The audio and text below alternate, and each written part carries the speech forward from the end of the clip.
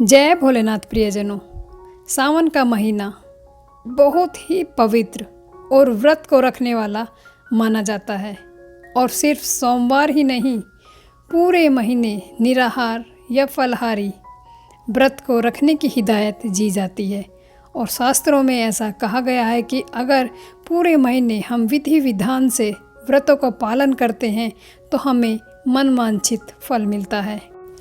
ऐसा नहीं है कि सिर्फ हमें सोमवार को ही व्रत रखना चाहिए, जबकि सावन के महीने में चतुर्मास की शुरुआत होती है और पूरे माह व्रत का प्रचलन है। जो लोग व्रत नहीं रख सकते वो कम से कम सोमवार को तो रख ही सकते हैं, क्योंकि सावन का सोमवार बहुत ही महत्वपूर्ण होते हैं। सावन का व्रत ही तप है, यह उपवास भी है। हालांकि दोनों में थोड़ा फ़र्क है।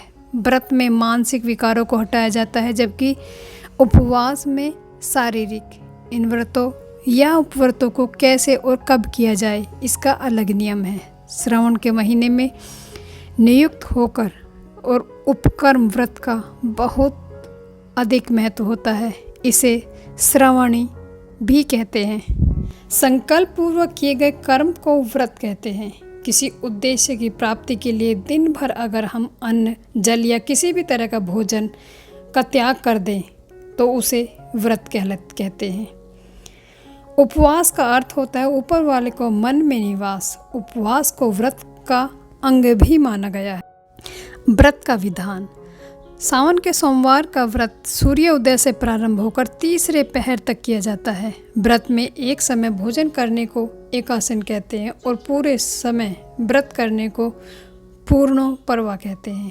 यह व्रत बहुत कठिन होते हैं। ऐसा नहीं कर सकते तो आप सुबह फलाहार ले लें और फिर शाम को भोजन कर लें, या दोनों ही समय फलाहार लेकर अपना गुजारा कर सकते हैं।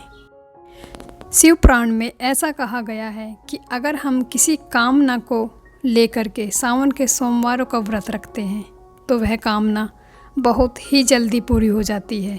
और किसी को अगर 16 सोमवारों का व्रत रखना है तो वो सावन के पहले सोमवार से व्रतों की शुरुआत कर सकते हैं।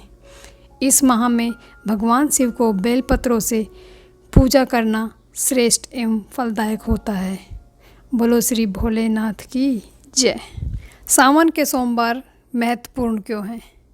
माना जाता है कि यह महीना भगवान शिव की आराधना करने का समय होता है। इस समय भगवान शिव की पूजा और व्रत रखा जाता है, और जिससे कि भगवान शिव अपने भक्तों को मनवांछित फल देते हैं। और व्रत के दौरान आप फलाहार व्रत रख सकते हैं।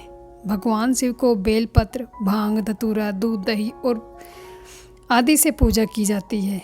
सूर्य उठने से पहले और सूर्य उठने के बाद स्नान कर स्वच्छ वस्त्र धारण करके भगवान शंकर को जल